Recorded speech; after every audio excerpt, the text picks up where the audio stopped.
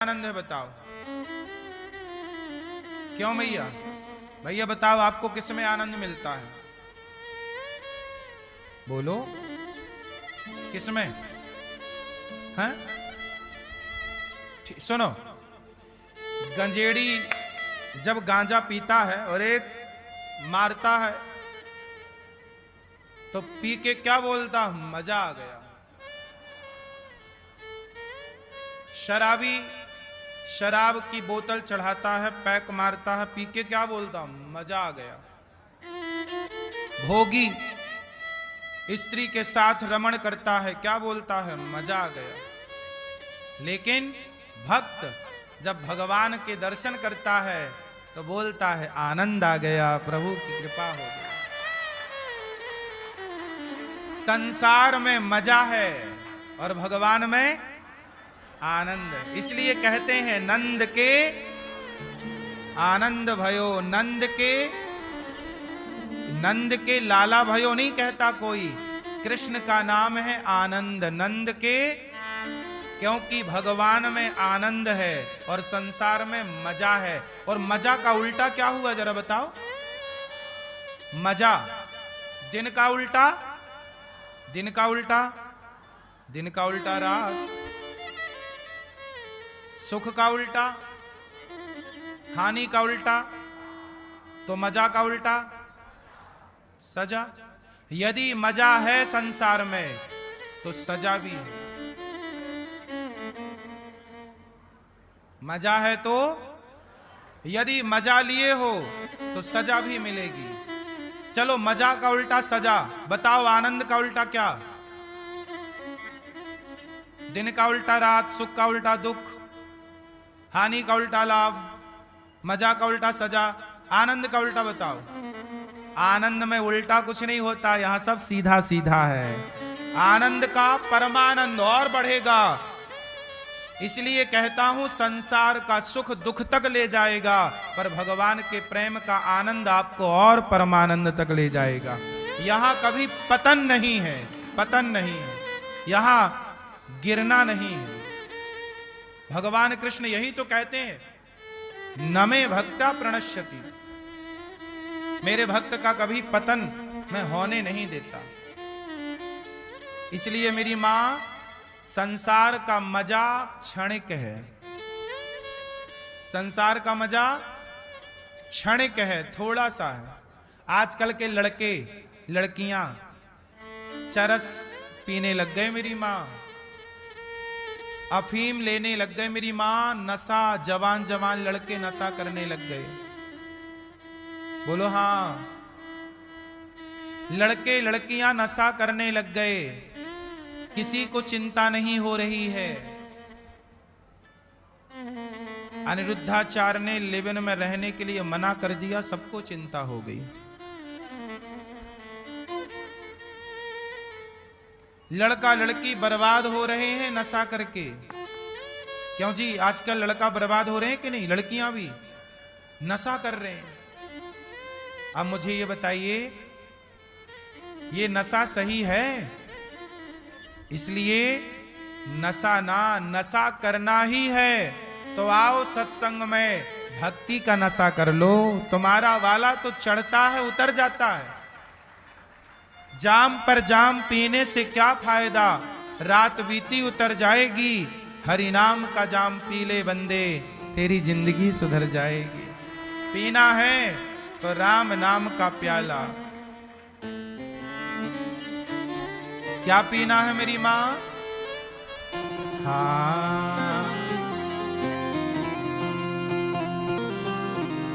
हाँ, लोग पीते हैं पी पी के गिरते, लोग पीते हैं, लोग पीते हैं पी पी के गिरते, हम तो पीते हैं गिरते नहीं हैं। क्यों?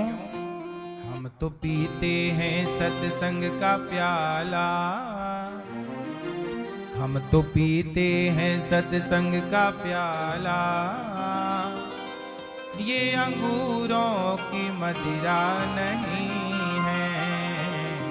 ओ मेरे सांवरे मेरे सांवरे मेरे सांवरे सलोने कन्हैया मेरे सांवरे सलोने कन्हैया तेरा जलवा कहाँ पर नहीं है।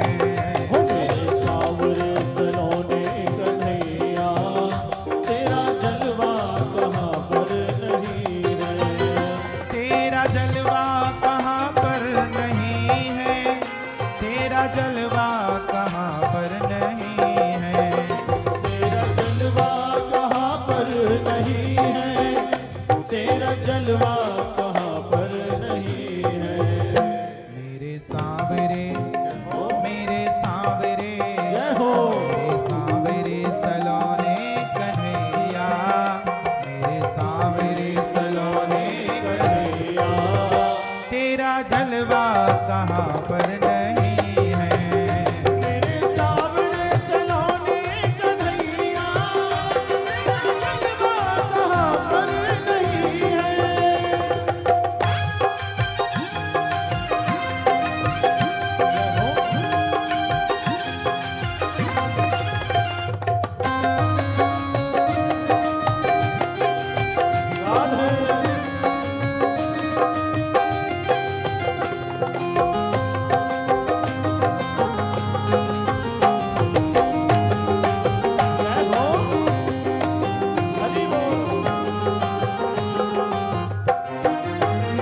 लोग पढ़ते हैं पढ़ पढ़ बिगड़ते हम तो पढ़ते बिगड़ते नहीं हैं।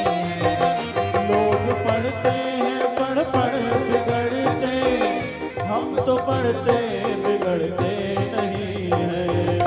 लोग पढ़ते हैं पढ़ पढ़ बिगड़ते हम तो पढ़ते बिगड़ते नहीं हैं। लोग पढ़ते हैं पढ़ पढ़ बिगड़ते हम तो पढ़ते बिगड़ते नहीं है। हम तो पढ़ते हैं हम तो पढ़ते हैं हम तो पढ़ते हैं गीता रामायण हम तो पढ़ते गीता रामायण ये कोई फिल्मी किताबें नहीं है। तो पढ़ते हैं गीता रामायण ये कोई फिल्मी किताबें नहीं है।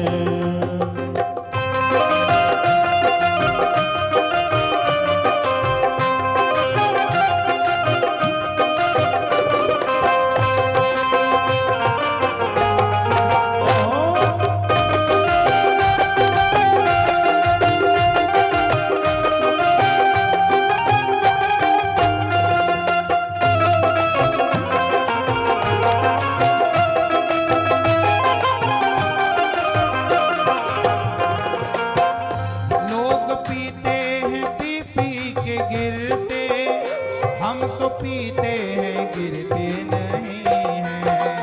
लोग पीते हैं पी पी के गिरते हम तो पीते हैं गिरते नहीं है।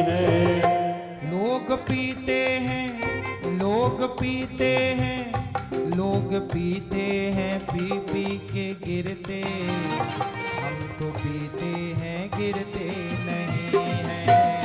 हम तो पीते हैं गिरते नहीं है। हम तो पीते हैं गिरते नहीं है। लोग पीते हैं पी पी के गिरते हम तो पीते हैं गिरते नहीं हैं। लोग पीते हैं पी पी के गिरते हम तो पीते हैं गिरते क्यों? नहीं है। हम तो पीते हैं हम तो पीते हैं हम तो पीते हैं सत्संग का प्याला हम तो पीते हैं सत्संग का प्याला ये अंगूरों की मदिरा नहीं है। हम तो पीते हैं सत्संग का प्याला ये अंगूरों की मदिरा नहीं है। मेरे सांवरे सलोने कन्हैया मेरे सांवरे सलोने कन्हैया तेरा जलवा कहाँ पर नहीं है।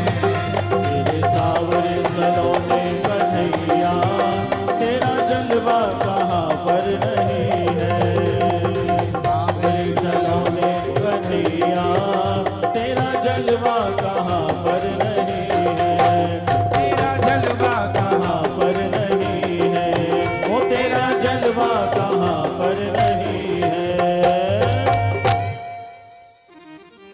बोलिए भक्त वत्सल भगवान की, जय कृष्ण कन्हैया लाल की जय जय जय श्री राधे। भगवान पीना है तो आनंद से प्याला पीजिए, कृष्ण नाम का, राम नाम का, सत्संग का। तो भगवान कैसे हैं? आनंद, सत चित आनंद। बैठ जाओ मेरी माँ मैया,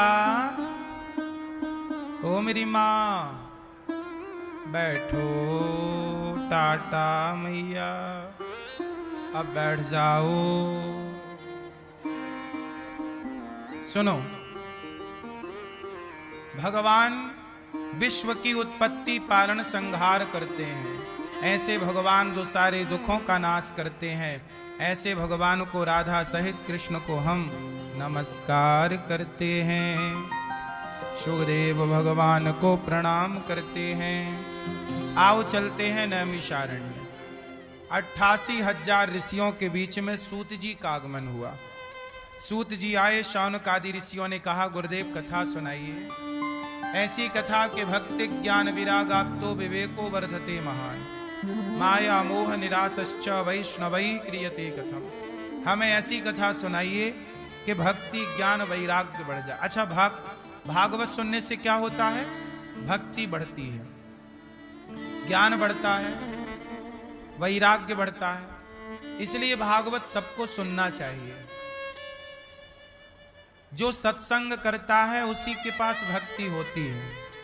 सत्संग नहीं करोगे, भक्ति नहीं होगी। भक्ति स्वतंत्र सकल सुख खानी, पर बिनु सत्संग न पावे प्राणी। बिना सत्संग के भक्ति मिल ही नहीं सकती। इसलिए भक्त को चाहिए कि वो नित्य भगवान की कथाएं सुने। यहीं से भक्ति की शुरुआत होती है। मीराबाई क्या करती हैं? भगवान की कथा सुनती हैं। सुनना और सुनाना, प्रेम से भगवान की कथा सुनो और अपने अगल बगल के लोगों को सुनाओ। जब भी बात करो तो भगवान की बात करो, ये प्रेम है। सूत जी ने कहा कि हमें कथा सुनाइए। शौनकादि ऋषियों ने कहा, सूत जी ने कहा आपको हम कथा का सार सुनाते हैं, सारम सारम समुद्रतम। सूत जी ने कहा कि एक बार देवताओं ने अमृत सुखदेव जी को दिया कि ये अमृत ले लो, बदले में कथा का अमृत हमें दे दीजिए। तब कथा अमृतम, कथा हमें दे दो और भागवत जी का अमृत आप ले लो। देखो, दो अमृत हैं। एक स्वर्ग का अमृत है जो देवताओं के पास होता है। मैया, ओ पंचायती मैया, ओ चश्मा वाली बहन, होगी पंचायत? सुन लो मेरी मां। ओ मैया हरी साड़ी वाली, ओ पंचायती मैया, है गई पंचायत? और कर लो थोड़ी सी। चुप रहो, शांत बैठो, प्रेम से कथा सुनो। सुनो, एक बार देवराजेंद्र स्वर्ग का अमृत लाए और सुखदेव जी सुना रहे थे परीक्षित जी को कथा। तो देवताओं के राजा इंद्र ने कहा कि सुखदेव जी, ये स्वर्ग का अमृत आप परीक्षित को पिला दो, क्योंकि 7 दिन में मरने का इनको श्राप लगा है। ये अमृत पी लेंगे तो अमर हो जाएंगे। और ये जो कथा का अमृत है ये आप हमें पिला दो, अदला बदली कर लो, हमारा वाला अमृत आप ले लो और आपका वाला हमें। तब सुखदेव जी हंसे, कहा क्वा सुधा क्व कथा लोके क्व कांचा क्व मणिर महान। कहां कांच का टुकड़ा? सुखदेव जी ने कहा स्वर्ग के अमृत को देवराज इंद्र, आपका अमृत कांच के टुकड़े की तरह है और हमारी भागवत का अमृत मणि की तरह है। अब कोई मणि देकर कांच का टुकड़ा थोड़ी लेता है। बराबरी की चीज हो तो अदला बदली की जाए, विनिमय किया जाए। आपका तो कांच का, स्वर्ग के अमृत को शुकदेव जी ने क्या बनाया? माना कांच का टुकड़ा। क्यों? स्वर्ग का अमृत पीने के बाद भी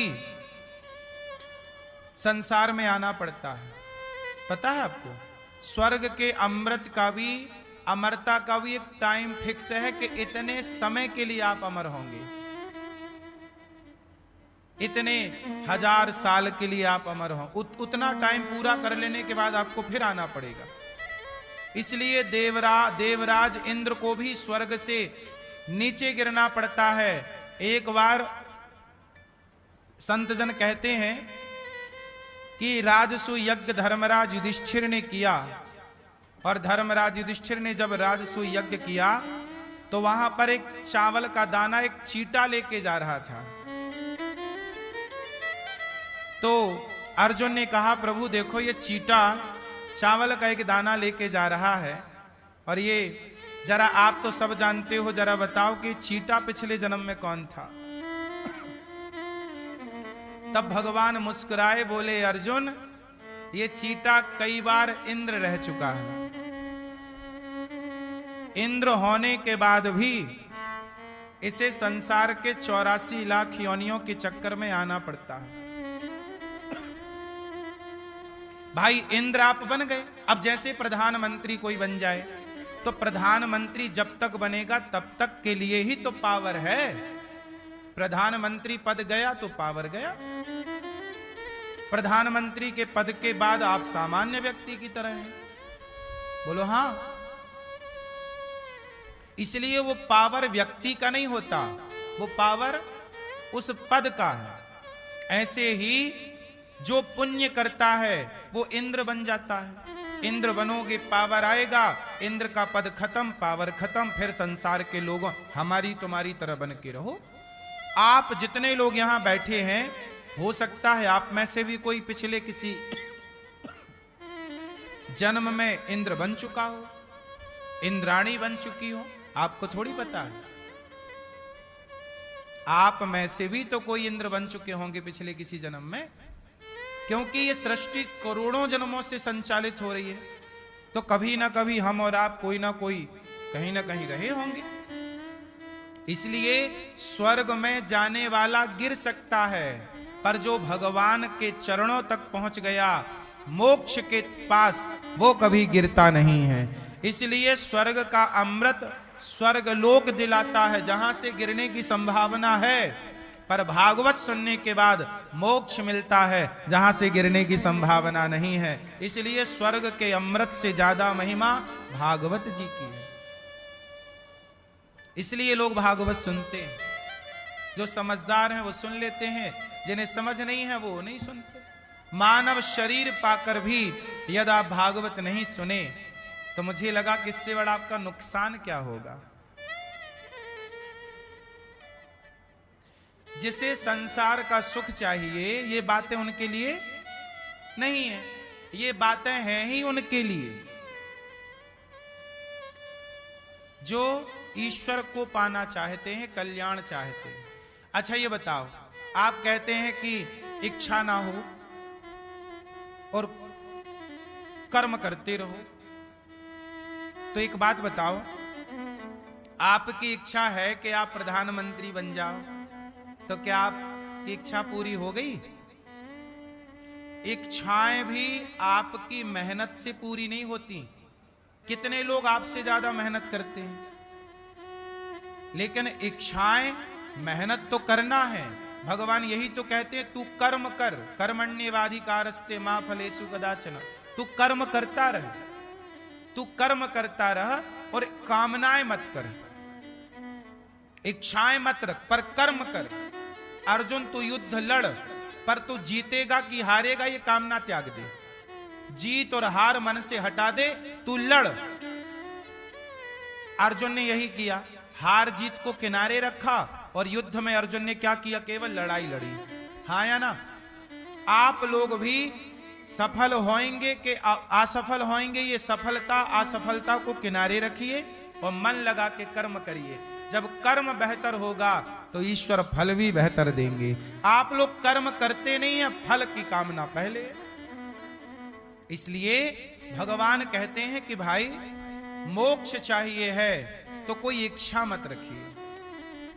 जिसके अंदर इच्छा है वो संसार में फंसा रहेगा। कामना है तो वो कामना पूरी कामना। अच्छा ये बताओ, वो कौन सी तारीख है जब आप ये कहोगे कि मेरी सारी कामनाएं पूरी हो गई? तारीख बताओ, आपकी कामना कब पूरी होगी? तारीख बताइए। कभी नहीं भाई, आपकी कामनाएं कब पूरी होंगी? हाँ, कामनाएं कभी पूरी होंगी ही नहीं। इसलिए हमारे संतों ने, ऋषियों ने जान लिया कि कामनाएं पूरी होनी ही नहीं। इसलिए कह दिया कि भैया जब कामनाएं पूरी होनी ही नहीं है तो ऐसा करो, कामनाओं को खत्म कर लो और मोक्ष के अधिकारी हो जाओ। क्योंकि कामनाएं तो कभी पूरी रावण की ना हो पाई। वो कामनाएं ही आपको घुमाती रहती हैं 84 लाख योनियों में। कभी स्त्री की कामना, कभी पुरुष की कामना, कभी धन की कामना, कभी राज्य की कामना, कभी सबके, आप जितने लोग यहां बैठे हैं सबकी कोई ना कोई कामना है। लोग भगवान के मंदिर जाते हैं तो कामना लेके जाते हैं। आजकल मंदिरों के बाहर लिखा भी रहता है कामना पूर्ति मंदिर। मतलब मंदिर बनाया इसलिए कि कामनाएं पूर्ति होंगी। क्योंकि कामनाएं पूर्ति जहां नहीं होंगी वहां कोई जाएगा नहीं। तो आजकल भगवान से मतलब नहीं है लोगों को, बस अपनी कामनाएं पूर्ति से मतलब। कामनाएं पूर्ति हो गई तो भगवान सच्चे हैं, और कामना पूरी नहीं हुई, अरे भगवान नहीं है। बोलो हाँ।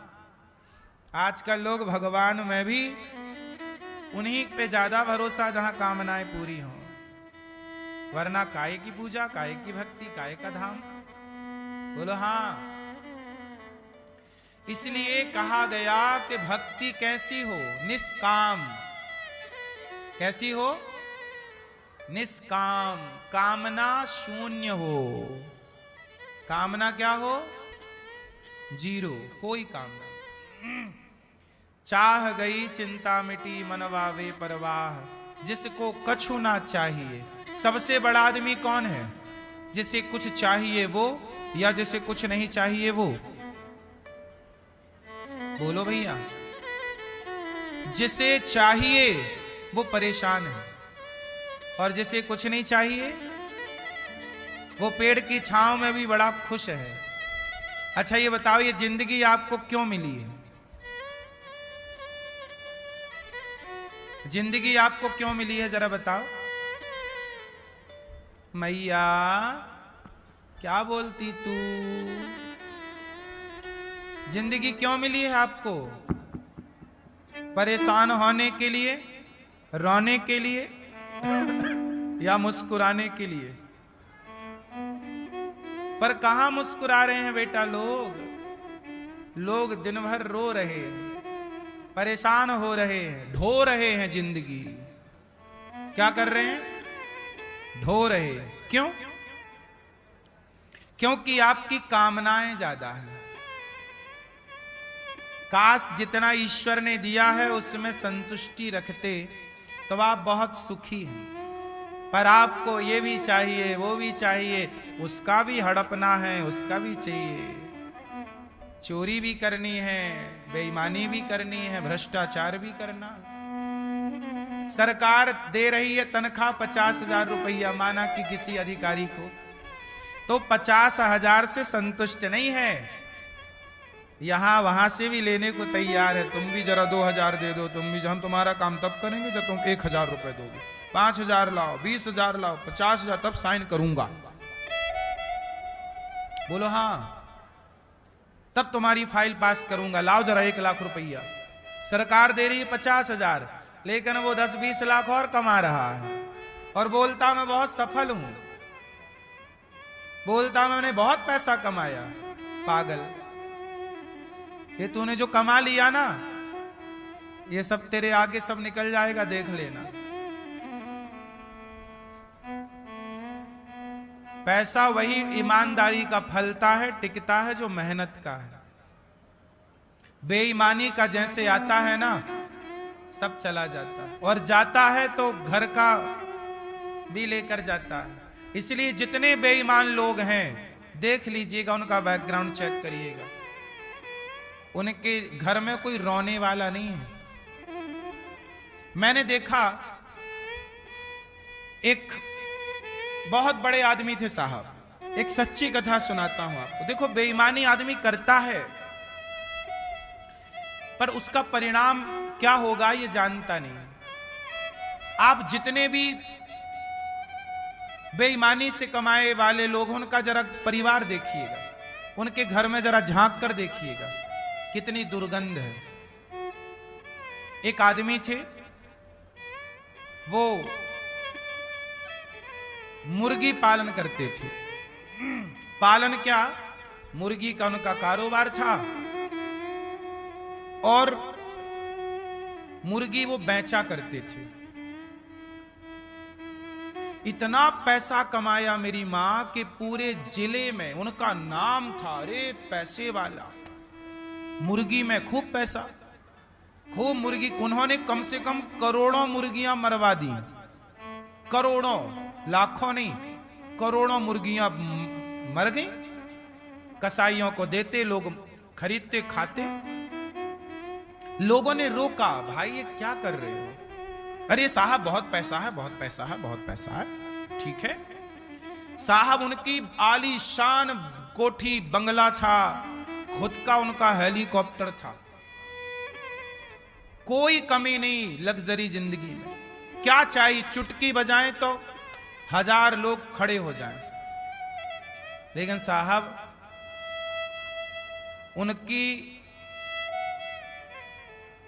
उनका जवान बेटा उनके सामने मृत्यु को प्राप्त हुआ। उनका परिवार उनके सामने बिखर गया। यहां तक कि जब उन्होंने अपने आगे, जैसे मुर्गी को उन्होंने जानकर मरवाया, ऐसे उनके आगे उनका पूरा परिवार नष्ट हो गया। वो खुद साक्षी बने उनकी बेटे की मृत्यु के, उनकी बेटी की मृत्यु के। वो नहीं मरे, पर उनके आगे उनका जवान बेटा मरता रहा, उनका दामाद मरता रहा, उनकी बेटी मरती रही,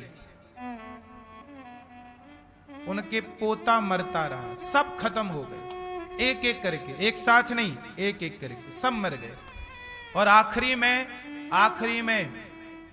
में उनका मुर्गी पालन, वो बड़ा फार्म हाउस, बड़ी कोठी, बड़ा बंगला, सब धरा रहा। आखिरी में जब वो मरे तो उनकी चिता पे कंधा देने लोग नहीं आए, बोले पापी था।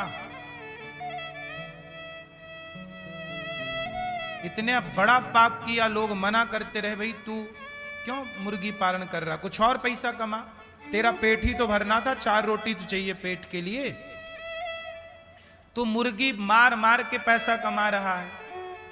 भाई ये तो बद्दुआएं तू ले ही रहा है ना। हम भारत के लोग हैं, चींटी को मारना पाप समझते हैं, तू मुर्गी मारे जा रहा है। पैसे ही तो कमाना था ना साहब, तो तू पैसा तो मजदूर भी कमा रहा है, पैसे ही तो, रोटी तो चाहिए हमें, तो क्यों हम बेईमानी करके कमाएं। अब आज भी उसका वो बंगला है, भूत खाना बना है, कोई नहीं जाता उसमें, ना कोई बिकता वो, ना कोई खरीदता उसे। आज भी वो साक्षी है, उसका पूरा बंगला भूत खाना बन गया, कोई चमगादड़ झूलती है। पैसा पैसा पैसा पैसा, यार क्या करोगे पैसा?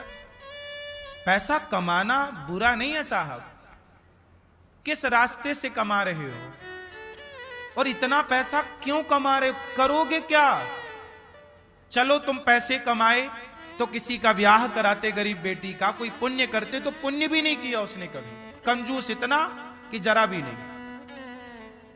आखिरी में 4 लोग इकट्ठे नहीं हुए उसको कंधा देने के लिए, सरकारी लोग आए और लेके गए और जला के आए। समाज का 4 व्यक्ति इकट्ठा नहीं हुआ, और इतना बड़ा आदमी था कि हजारों करोड़ की दौलत आज भी पड़ी है उसकी। पैसा सब कुछ नहीं होता मेरी मां, इसलिए बच्चों को पैसा कमाना ही मत सिखाना, थोड़ा धर्म पर चलना भी सिखा देना कि बेटा धर्म पर चलो। पैसा यदि आए तो उससे पुण्य करो, किसी बेटी का, गरीब परिवार की बेटी का विवाह कर दो, किसी बेसहारा का सहारा बन जाओ, किसी को भोजन कराओ। पैसा है तो करो पुण्य के काम। आजकल आदमी कंपटीशन करता है कि उसके पास इतना पैसा, मैं इतना कमाऊंगा, उसकी कंपनी 1000 करोड़ की, मैं 10,000 करोड़ की बनाऊंगा। बना लो साहब, क्या दिक्कत है? पर तुम्हारा पैसा समाज के कितने काम पे आया ये बताओ, राष्ट्र के लिए कितना काम पे आया? इसलिए उतना ही पैसा कमाओ जितने की जरूरतें हैं, और बाकी बचा हुआ समय समाज की सेवा में, फ्री टाइम है, थोड़ा हंसो मुस्कुराओ, बच्चों को टाइम दो, अपनों को टाइम दो, जिंदगी जी लो। ये गधों की तरह क्यों ढो रहे हो? क्या करोगे पैसे का? अडानी अंबानी के पास पैसों की कमी है क्या? क्या करेंगे इतना पैसे का? नाम है, इज्जत है, पैसा है, पर पैसा है क्या करेंगे? आपके पास होता आप क्या करोगे? खाएगा क्या आदमी? पेट में ही 4 रोटी तो खाएगा, सोना खा लोगे क्या? खा लो तुम, सोना खा लो, कितना खाओगे? पेट में कितना खाओगे तुम बताओ? कितना बड़ा घर बनाओगे? कितनी प्रॉपर्टी जोड़ोगे?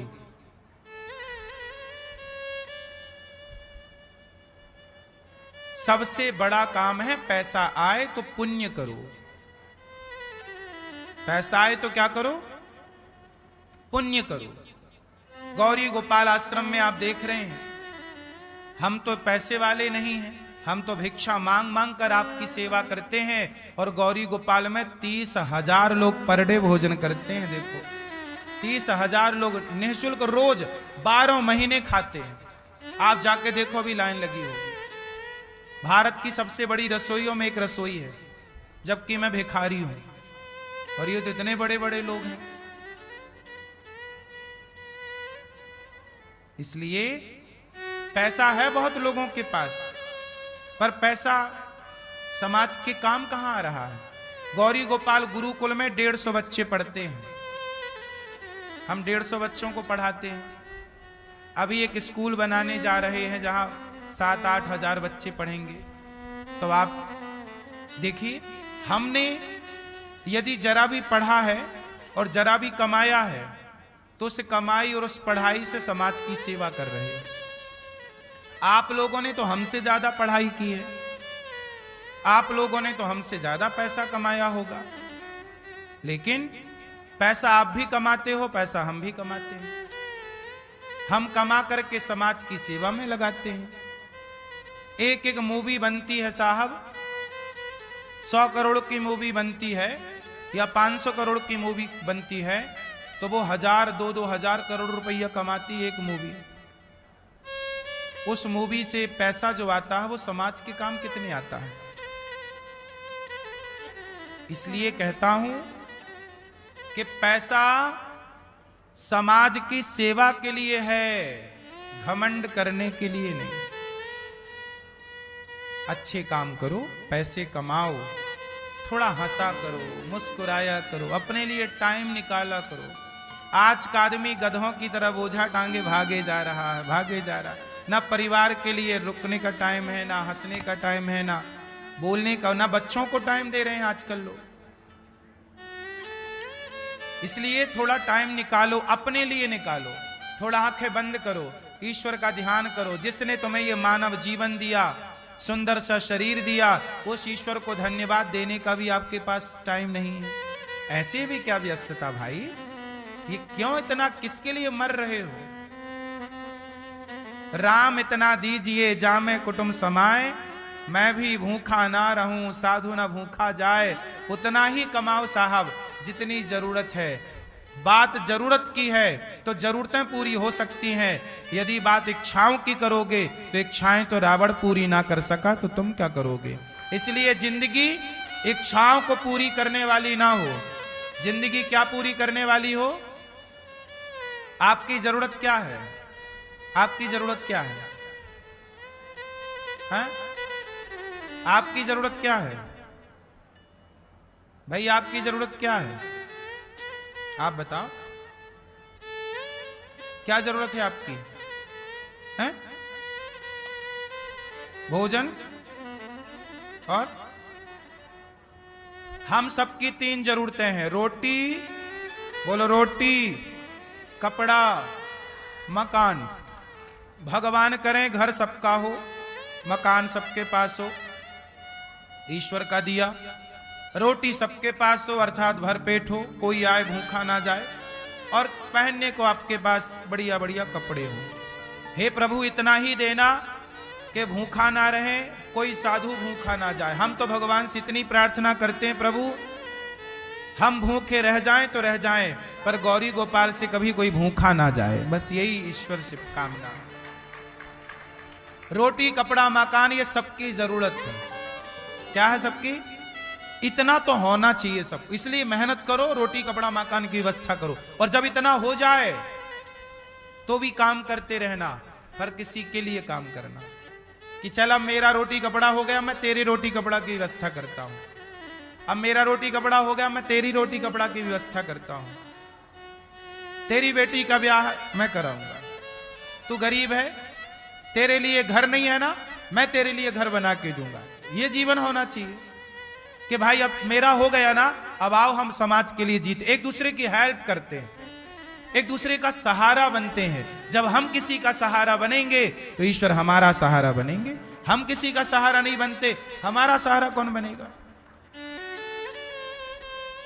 इसलिए पैसा कमाओ साहब, पर पहले उद्देश्य हमें बताओ, अपने आप को बताओ, क्यों कमा रहे हो, क्या करोगे उस पैसे का। पहले आप ये कमाने से पहले गोल तैयार करो कि पैसे किसके लिए कमा रहे हो।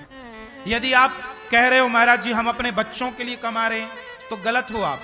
अपने बच्चों को पैसे मत कमाओ, बच्चों को पढ़ाओ लिखाओ, टैलेंट दो, काबिलियत दो, पढ़ा लिखा के योग्य बना दो। योग्यता दे दी ना तो तुम्हारा बेटा दुनिया में कहीं चला जाए कमा के खा लेगा। काबिलियत है ना, और काबिलियत नहीं है तो आप कितना भी कमा के दे दो, 10-20 करोड़ दे दो, सब उड़ा देगा। इसलिए बच्चों के लिए मत कमाओ, बच्चों के लिए उतना ही रोटी कपड़ा की व्यवस्था। बाप हो तो घर बना के दे दिया, भाई अब तू काम कर अपना, कमा, तेरे को पढ़ाया है हमने। अब क्या करते हैं भारत का सिस्टम, अरे कमा रहे हैं किसके लिए? बच्चों के लिए, बच्चों के लिए, बच्चों। अरे मर गए बच्चों के लिए। क्या बच्चे अपाहिज हैं तुम्हारे? क्या कमा के खा भी नहीं सकते? चिड़िया भी अपने बच्चों को कब तक दाना देती है बताओ जरा? जब तक उनके पंख निकल नहीं आते। जब पंख आ जाते हैं ना तो चिड़िया भी अपने बच्चों से कहती है जाओ पेट अपना भरो, अब हम नहीं भरेंगे तुम्हारा पेट। हाँ या ना? शेर का बच्चा, शेरनी का बच्चा, बच्चा छोटा है तो मां लाती है पकड़ पकड़ के शिकार। बच्चा बड़ा हो जाए तो छोड़ देती, जाओ अपना शिकार खुद कर। केवल 84 लाख योनियों में मनुष्य है जो 80 साल का बूढ़ा भी बच्चों के लिए परेशान है। क्यों क्यों इतने परेशान हो मेरी मां? बच्चों को लायक बनाओ, काबिल बनाओ, योग्य बनाओ, और बस सौंप दो भगवान के चरणों में, और आप भी अपने आप को ईश्वर के हवाले कर दो। स्वर्ग के अमृत को ठुकरा दिया सुखदेव भगवान ने, और स्वर्ग के अमृत को जब इंद्र ने तराजू में बांधा, एक पलड़े पर भागवत जी को, दूसरे पलड़े पर स्वर्ग के अमृत को रखा, तो भागवत जी का पलड़ा भारी हुआ। भागवत जी की बराबरी स्वर्ग का अमृत नहीं करता। स्वर्ग का अमृत स्वर्ग दिलाएगा, भागवत सुनने वाला भक्त स्वर्ग ना जाएगा, वैकुंठ जाएगा। कोई कुंठा ना हो, कोई इच्छा ना हो, कामनाएं जीरो कर दीजिए। एक बार की बात है कि नारद जी सारे तीर्थों का भ्रमण करते आए, और उन्होंने देखा कि वृंदावन में एक महिला, एक स्त्री उदास बैठी है। देवी तुम कौन हो? महाराज मेरा नाम भक्ति, अहम भक्ति ख्यातो। इमौ में तनयौ मतौ अहम भक्तिरिति ख्याता इमौ में तनयौ मतौ ज्ञान वैराग्य नामानौ काल योगे न जर्जरौ। अहम भक्तिरिति ख्याता, भक्ति महारानी बोली कि मेरा नाम भक्ति है, ये बेटा मेरा ज्ञान और ये बेटा वैराग्य, दो बेटे मेरे। नारद जी बोले कि आप उदास क्यों हैं? महाराज जब से कलयुग आया मेरी तो कोई पूछ नहीं। इस कलयुग में ना ज्ञान कोई चाहता, ना किसी के भीतर त्याग है। आज का आदमी जरा भी त्याग करने को तैयार नहीं है। आपको 2 दिन भूखा रखा जाए और तीसरे दिन कहा जाए कि ये मछली है, ये खाओ वरना भूखे रहो। तो कुछ लोग ऐसे हैं जो दूसरे दिन भूखे रह के तीसरे दिन बोलेंगे चल भैया पेट भरना, लाओ मछली खा लेते। लेकिन धन्य है हमारे ऋषि मुनि के भूखे प्यासे भले प्राण चले जाएं पर कभी जीव हत्या करने का सोचा भी नहीं। यह धर्म उनसे न टिका है ना मेरी मां। इसलिए भक्ति इस कलयुग में क्या नहीं है? त्याग। आजकल आदमी त्याग नहीं करता। पहले के लोग बेटे को राजा बना के बेटे को जिम्मेदारियां सौंप के जंगल चले जाते थे, भजन करते दोनों बुढ़ा बुढ़ी। आजकल के माँ बाप बच्चों को तुम सौंप दो घर का काम धाम जिम्मेदारियां और थोड़ा तीर्थ यात्रा पे निकल जाओ। लेकिन आज के बूढ़े तीर्थ यात्रा पे खुद नहीं निकलते, बच्चों को कहते हैं जाओ तुम तीर्थ कर आओ, हम घर पे बैठे।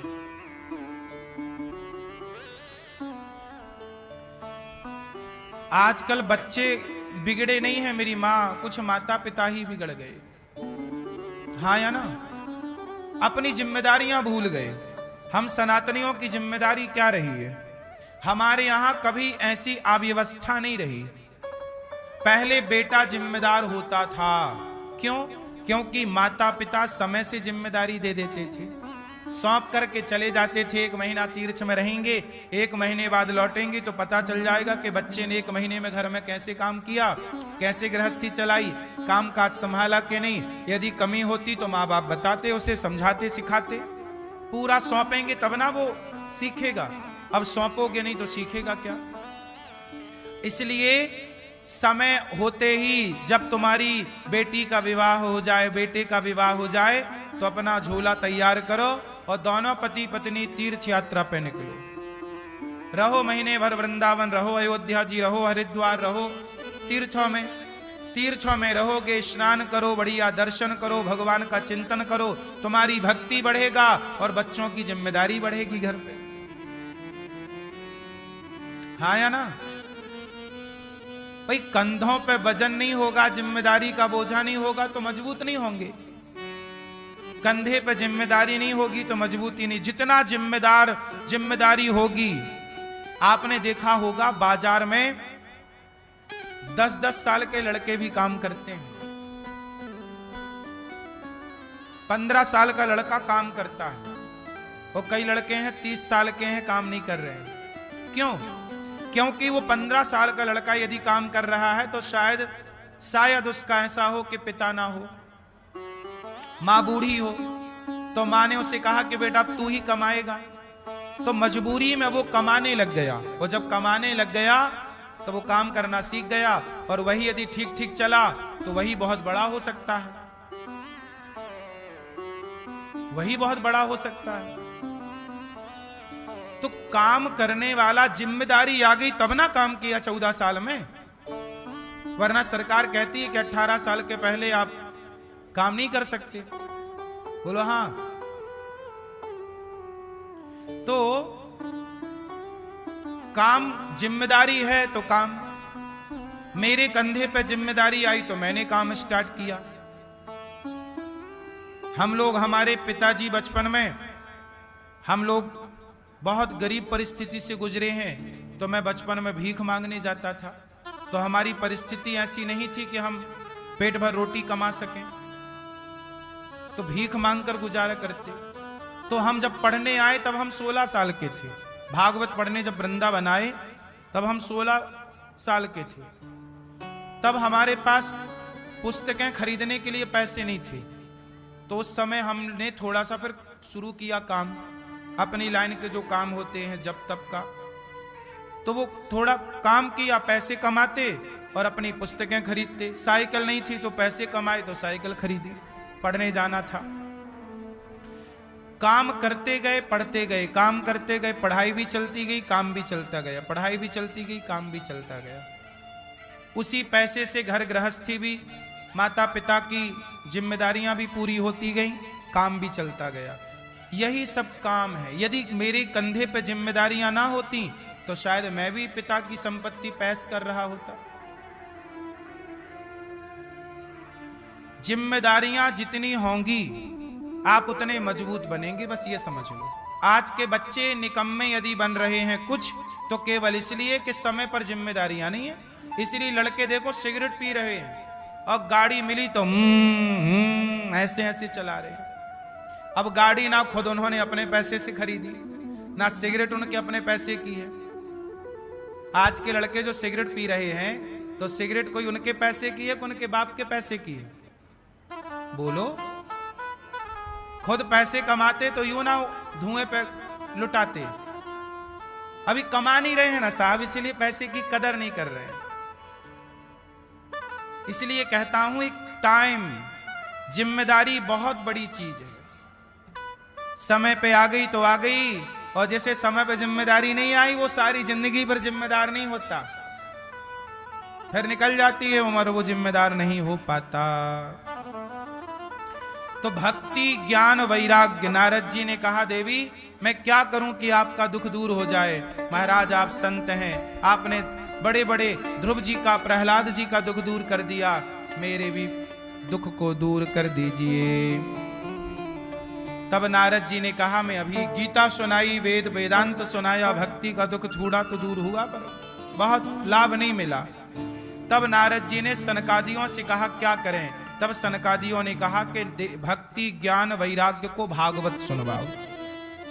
जब भागवत की कथा सुनवाई गई, जब भागवत की कथा सुनवाई तो हरिद्वार में सनकादियों ने भागवत सुनवाई।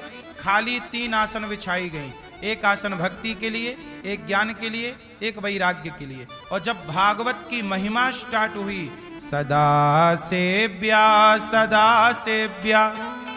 श्रीमद् भागवती कथा, यस्याः श्रवण मात्रेण हरिश्चित्तम समाश्रये।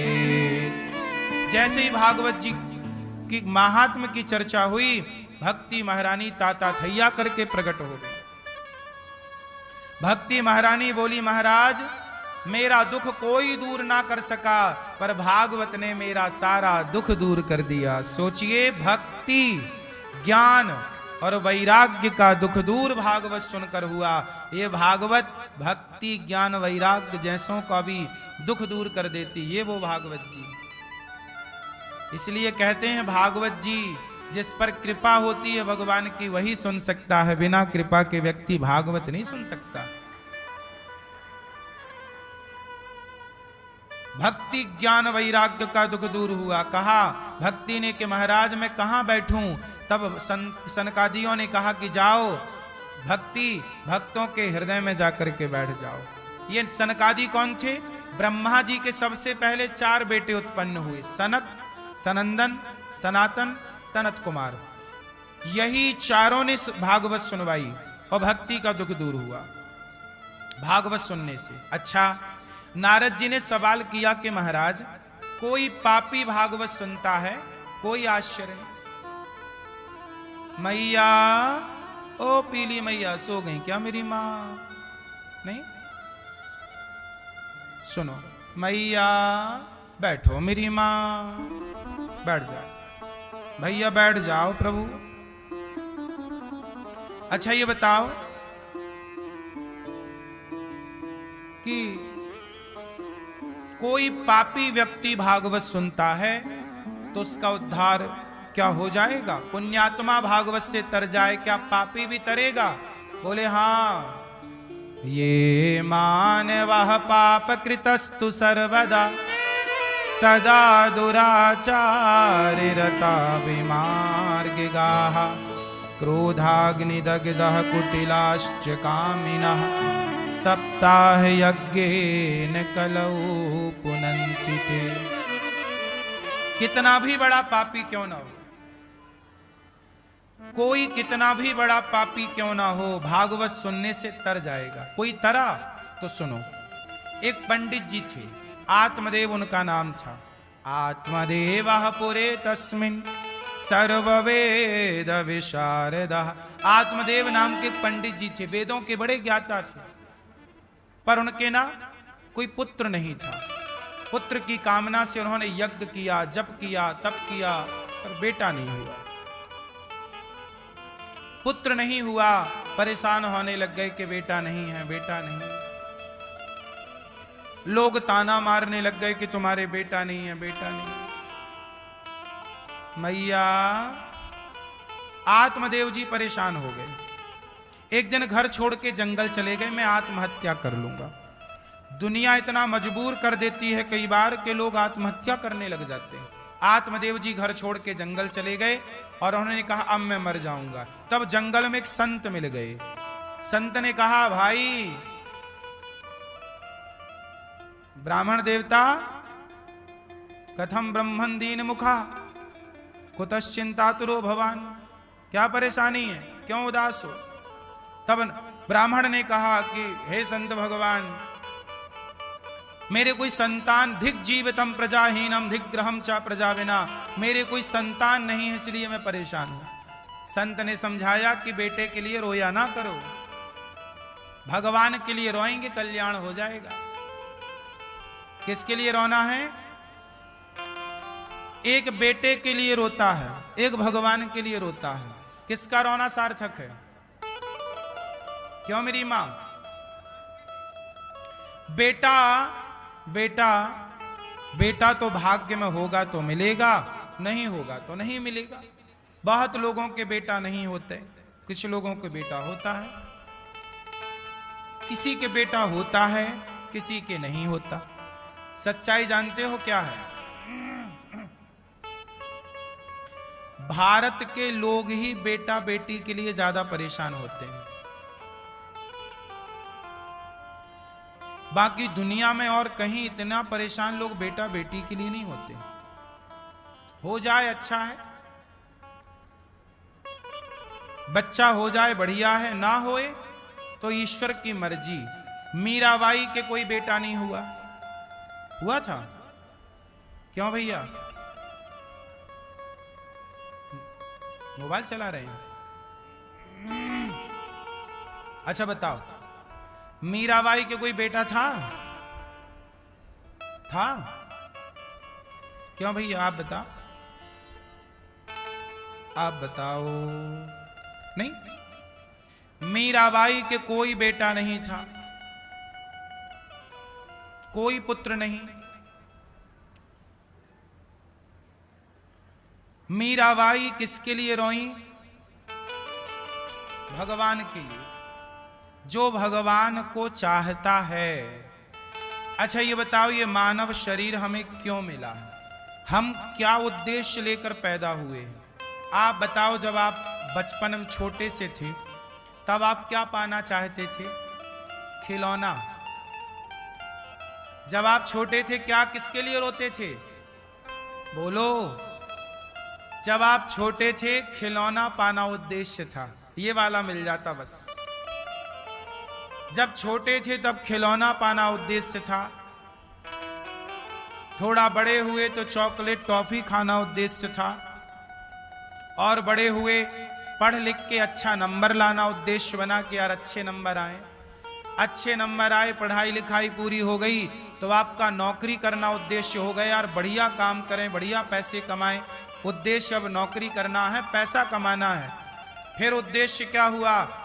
एक अच्छी लड़की मिल जाती, शादी वादी कर लेते, सेटल हो जाता, जिंदगी सफल हो जाती। एक लड़का मिल जाता विवाह के लिए, एक लड़की मिल जाती विवाह के लिए। लो भैया, लड़की सोची लड़का मिल जाए, लड़का सोचा लड़की मिल जाए। उद्देश्य क्या था? पहले चॉकलेट उद्देश्य था, खिलौना उद्देश्य था, नंबर उद्देश्य था, फिर नौकरी उद्देश्य, नौकरी के बाद अच्छी लड़की अच्छा लड़का मिल जाए उद्देश्य, शादी कर लिया खुश हो गए, अब उद्देश्य हुआ एक बच्चा हो जाए। बच्चे में आके अटक गए, बच्चा हो गया तो बढ़िया है, एक हो गया, एक और हो जाए, लड़की और हो जाए, लड़का हो जाए, लड़की हो गई तो लड़का हो जाए, लड़का हो गया तो एक लड़की और हो जाए। उद्देश्य, सारी जिंदगी में आपने कितनी बार अपने उद्देश्य बदले हैं? बदले कि नहीं? बोलो हाँ कि ना? जब आप छोटे थे तो आपका उद्देश्य था बस ये वाला खिलौना मिल जाए, ये वाली चॉकलेट मिल जाए। बड़े हुए ये लड़की मिल जाए, इससे ब्याह हो जाए, ये लड़का मिल जाए, बस ये मिल जाए। उद्देश्य बदला, अब बेटा मिल जाए, बेटी मिल जाए। सारी जिंदगी व्यक्ति इन उद्देश्यों को ढोता है, नहीं पूरा होने पर रोता है। जैसे बच्चे को खिलौना नहीं मिला ना, रो रहा, चॉकलेट नहीं दी ना, रो रहा। ऐसे तुम्हें बच्चा नहीं मिला, रो रहे हो। जैसे खिलौने के लिए बच्चा रोता है तो क्या माँ बाप प्रभावित होते हैं? बोलो बोलो। जब बच्चा रोता है तो माँ बाप सही समझते हैं तो दिला देते हैं खिलौना, नहीं समझते तो रोने दे, रोता रहा, हम नहीं दिलाएंगे, तेरे पास है। बोलो हाँ कि ना? बहुत सारे बच्चे रोते हैं पर उनके माँ बाप खिलौना नहीं दिला पाते। पर माँ बाप समझते हैं ना कि भाई ये रो किसके लिए रहा, खिलौना, शांत हो जाएगा धीरे धीरे, खिलौना। माँ बाप ज्यादा प्रभावित नहीं होते, क्या करना है, खिलौने ही तो रो रहा, टॉफी के लिए रो रहा। और ऐसे रोता है बच्चा जैसे बहुत बड़ा संकट आन पड़ा हो बच्चे को, हा हा हा, ऐसे सिसक सिसक के रोता है, इतने आंसू बहाता है जैसे लगता है बच्चे पे बहुत बड़ा संकट हो। हाँ या ना? अब ये बताओ उसका रोना सच्चा है कि झूठा है? बोलो। खिलौने के लिए रो रहा है, चॉकलेट के लिए रो रहा है, रोना सच्चा है कि झूठा है? जोर से। बच्चों को पता होता है रोएंगे दिलाएगी मैया, इसलिए बच्चे बहुत समझदार होते हैं, इसलिए उनका रोना झूठा होता है। हाँ या ना? बच्चों को भी पता है, उनको भी समझ आ जाता है कि मिल जाएगा तो रो, नहीं मिलेगा तो वो समझते नहीं रो। क्यों जी, बात सही है कि नहीं? तो बच्चों का रोना भी, कई बार बच्चे ना चीजों के लिए रोते हैं क्योंकि उन्हें पता है रोने से मिल जाएगा।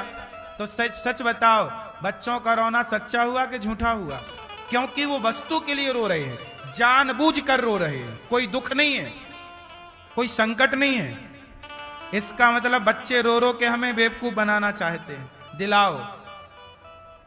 जैसे बच्चों के रोने से माता पिता प्रभावित नहीं होते, वो खिलौनों के लिए रोते हैं, ऐसे आप भी रो रहे हो, हे भगवान एक बेटा दे दो, एक बेटा। भगवान भी सोचे खिलौने के लिए रो रहा है, खिलौना ही तो है।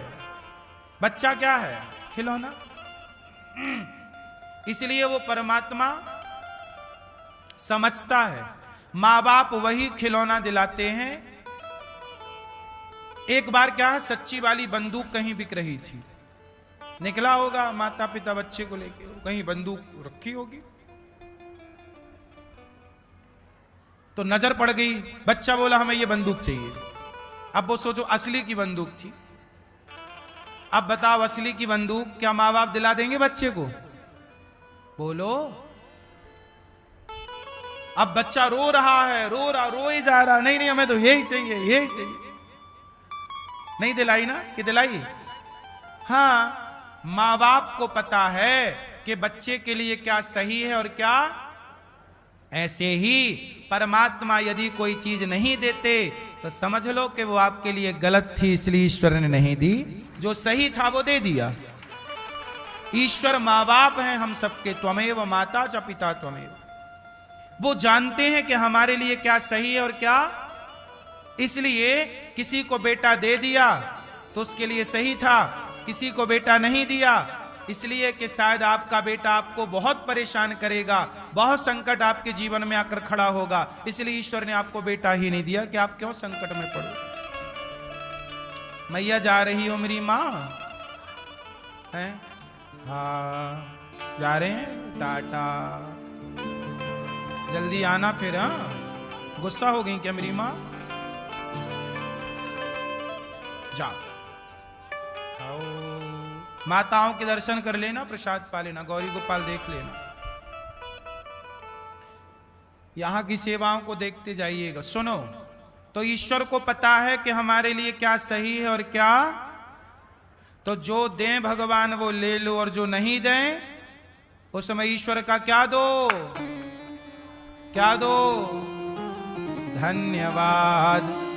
चाहे भगवान तेरे फूलों से भी प्यार, तेरे कांटों से भी प्यार, तू जो भी देना चाहे दे दे मेरे सरकार, तू जो भी देना चाहे दे दे मेरे सरकार, तेरे फूलों से भी प्यार, तेरे कांटों से भी प्यार।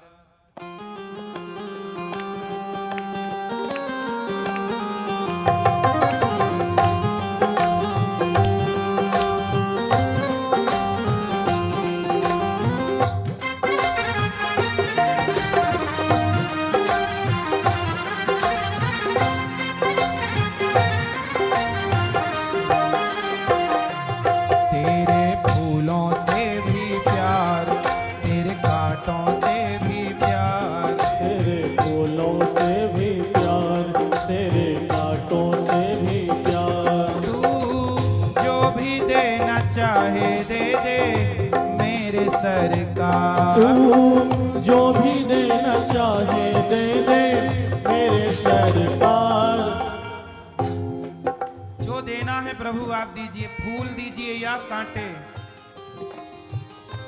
तू जो भी देना चाहे दे दे मेरे सरकार, तू जो भी देना चाहे दे दे मेरे सरकार, तेरे फूलों से भी प्यार, तेरे कांटों से भी प्यार, तेरे फूलों से भी प्यार, तेरे कांटों से भी प्यार, तू जो भी देना चाहे दे दे मेरे सरकार, तू जो भी देना चाहे दे दे मेरे सरकार, तेरे फूलों से भी प्यार, तेरे कांटों से भी प्यार।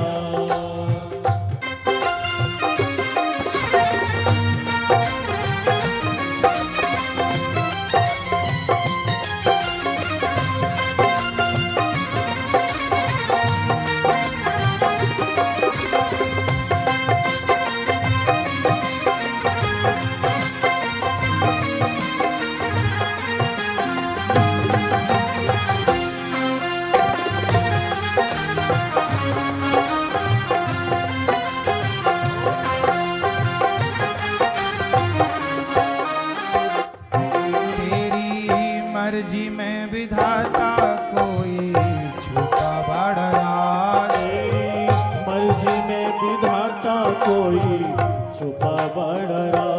भक्त किसे कहते हैं? जो हर हाल में ईश्वर की मर्जी जाने। तेरी मर्जी में विधाता कोई छुपा बड़ा, तेरी मर्जी में विधाता कोई छुपा बड़ा। दुनिया चाहे हमसे रूठे तू ना होना नाराज, दुनिया चाहे हमसे रूठे तू ना होना नाराज। तुझे बंधन है बार बार, तुझे बंधन है बार बार, कर ले हमको तू स्वीकार, कर ले हमको तू स्वीकार। तू जो भी देना चाहे दे दे मेरे सरकार, तू जो भी देना चाहे दे दे मेरे सरकार। तेरे फूलों से भी प्यार, तेरे कांटों से भी प्यार, तेरे फूलों से भी प्यार, तेरे कांटों से भी प्यार।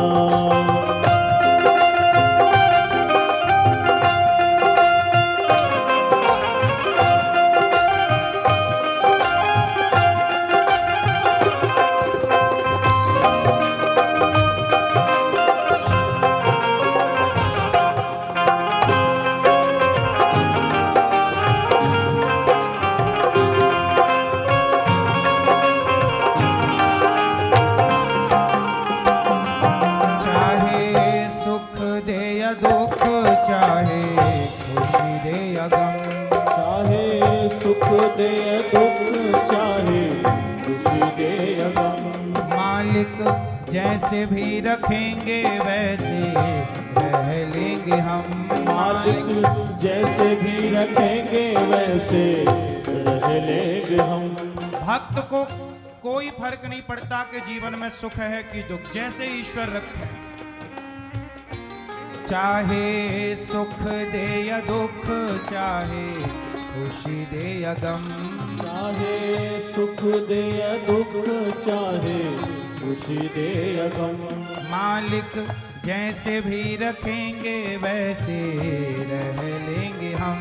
मालिक जैसे भी रखेंगे वैसे रह लेंगे हम। चाहे खुशी भरा संसार, चाहे खुशी भरा संसार, यादें आंसुओं की धार, यादें आंसुओं की धार, जो भी देना चाहे दे दे मेरे सरकार, जो भी देना चाहे दे दे मेरे सरकार। तेरे फूलों से भी प्यार, तेरे कांटों से भी प्यार, तेरे फूलों से भी प्यार, तेरे कांटों से भी प्यार, जो भी देना चाहे दे दे मेरे सरकार, जो भी देना चाहे दे दे मेरे सरकार। तेरे फूलों से भी प्यार, तेरे कांटों से भी प्यार, तेरे फूलों से भी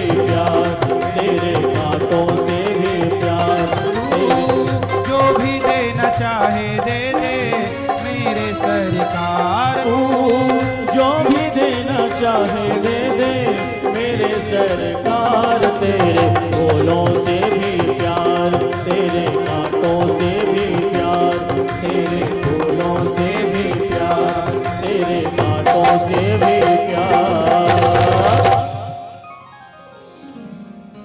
हमको दोनों है पसंद तेरी धूप और छाँव, दाता किसी भी दिशा में ले चल जिंदगी की नाव, चाहे हमें लगा दे पार या डूबा दे तू मझधार, तू जो भी देना चाहे दे दे मेरे सरकार, तू जो भी देना चाहे दे दे मेरे सरकार। तेरे फूलों से भी प्यार, तेरे कांटों से भी प्यार।